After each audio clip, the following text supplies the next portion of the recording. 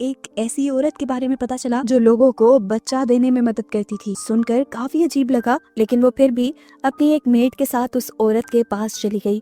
यहाँ पर जाते ही वो लड़की बताती है कि मुझे बच्चा चाहिए, और ये बूढ़ी औरत उसे बताती है तुम्हारा काम हो जाएगा, लेकिन एक बात मैं पहले साफ साफ बता दूं, मैं ये सारा काम काले जादू से करती हूँ और मेरे मकसद को पूरा होने के लिए डीमन यानी शैतान मेरी मदद करता है। तुम्हें बच्चा मिल तो जाएगा, लेकिन इसके बदले तुम्हें एक कुर्बानी भी देनी होगी। तुम्हारे पास 2 बेटियां पैदा होंगी, जिसमें से एक बेटी तुम्हारी और दूसरी बेटी शैतान की होगी। एक का दिल बहुत अच्छा होगा तो दूसरी के अंदर सारी हरकतें ही शैतानी होंगी, और तुमने शैतान की बेटी को किसी भी तरह का नुकसान नहीं पहुंचाना। अगर ऐसा किया तो तुम्हारा सब कुछ बर्बाद हो जाएगा। इस टाइम इस औरत को सिर्फ बच्चा चाहिए था, इसीलिए उसने इस बुढ़िया की सारी बातें मान ली। बुढ़िया ने भी कुछ रिचुअल किया और एक खून के अंदर कुछ चीजें मिलाते हुए वो खून इस औरत को पिला दिया और कहा जाओ आज से 2 महीने बाद तुम्हें खुशखबरी मिल जाएगी। 2 महीने का वक्त गुजर जाता है और हमें पता चलता है कि सच में वो रिचुअल काम कर गया था। सूजीमान की वाइफ अब प्रेग्नेंट हो चुकी थी। सूजीमान खुशी से गांव में ये खबर फैला देने को कह देता है,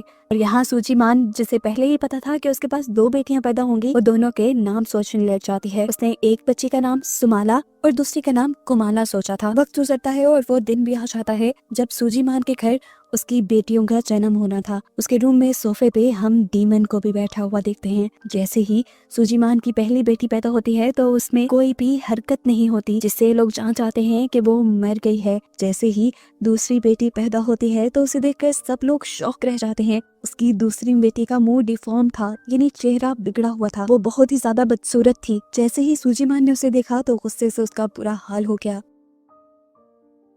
गुस्से में सूजीमान बाहर से जाकर एक चाकू ले आया और अपनी इस बेटी को मारने लगा। हालांकि उसकी वाइफ ने उसे मना भी किया, क्योंकि उसने डीमन के साथ डील की थी कि वो इस बच्ची को कुछ नहीं करेंगे, लेकिन सूजीमान को इस डील के बारे में नहीं पता था, इसीलिए उसने उससे स्टॉप करके मार डाला।